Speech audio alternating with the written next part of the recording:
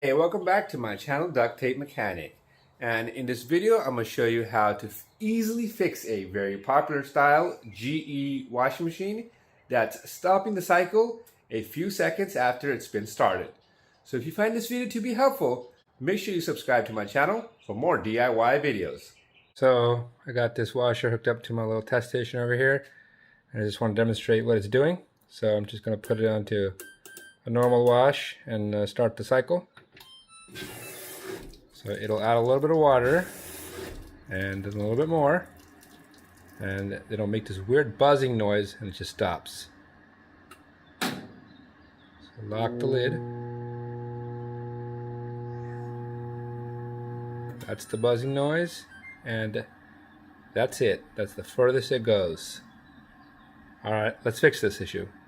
As I mentioned, this repair or solution is pretty much going to be applicable to any sort of GE top load washer that looks like this. So it doesn't really matter what the model number is, but sometimes these have 3 knobs, sometimes they have 5. It just depends on what model they are, but they're all pretty much the same in terms of when they have issues, they have the same issues because the parts are all pretty much the same. It's the control boards that do a couple of different functions that are different. The very first step you want to take is go ahead and unplug the washing machine. Once you've done that, we're going to go to the back over here and we're going to undo these 2 screws. So there's one right there and the other one is right there. You don't have to really worry about undoing the water lines, just the plug and then those 2 screws. They are 1/4 inch head screws.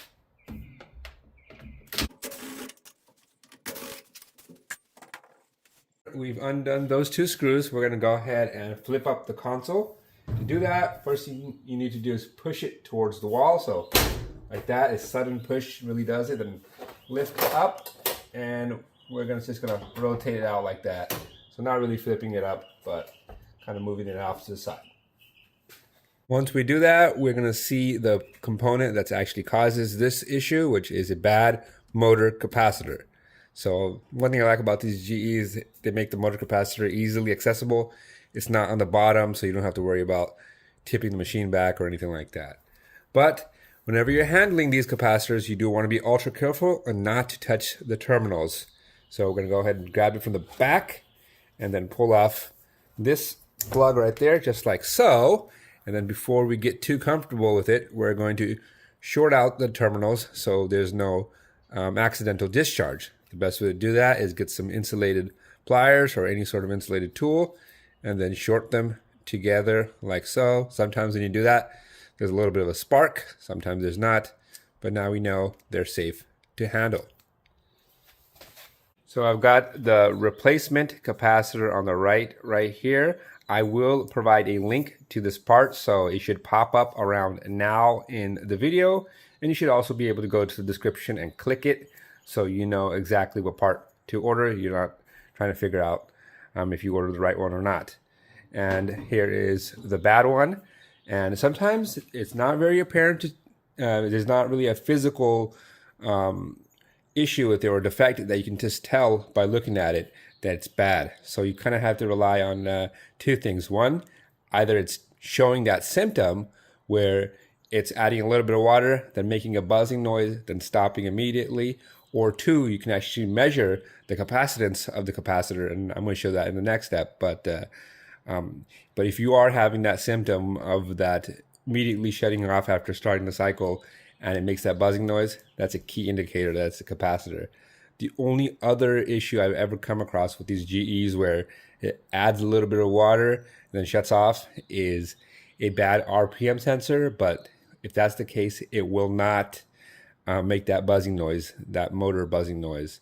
So if you do this test and you found out that your capacitors are good, I would go ahead and look into that RPM sensor after that point.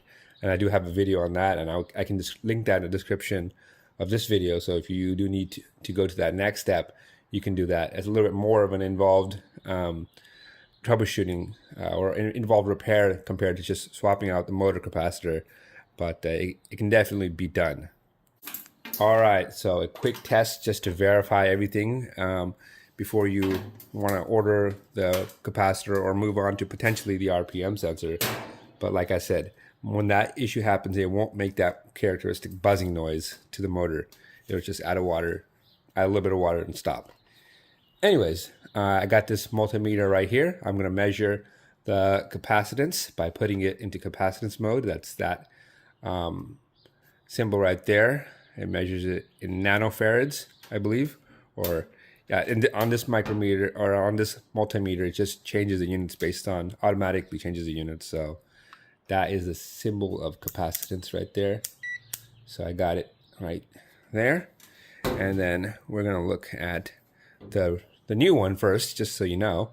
So it tells us that a good capacitor is 60 microfarads plus or minus 5%. So any reading between 57 and 63 means we have a good motor capacitor. So we got our multimeter right here, and I'm just going to put the probes to the terminals. Doesn't matter which probe goes to what terminal, but I'm going to put and then wait about 10 seconds or so to get a good reading. And you see we're having a reading of 60.9 microfarads. That is well within that 57 to 63 rating. And we kind of expected that because this is a new capacitor. Now we're going to measure the old one. So let's put the probes on the terminals and wait a few seconds.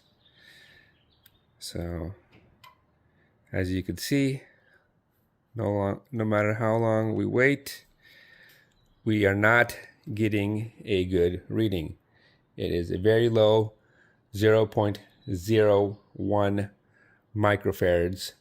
So that tells us that the capacitor is bad. Most likely it's shorted, explaining why the motor never starts, because these AC motors need a phase shift that's provided by the capacitor. So it just makes a buzzing noise and never actually starts going because, as you could tell, the capacitor is shorted and it's not nowhere near the capacitance that's required or that's allowed by the tolerance of the capacitor itself. Installing the new capacitor is really easy. All you got to do is just plug it into the terminal right here and then just clip it into its holder like so, and then we're just gonna push it in like that. And just in case if you're wondering what side of the terminal goes into what side of the plug, it does not matter. This is AC voltage, so polarity does not matter. And then after that, all you gotta do is just put the display panel back on. So we're just gonna position it like so, and once it kind of falls into place, you can grab it from the back and just push it forward. There we go. Then go ahead and put those 2 screws in as well.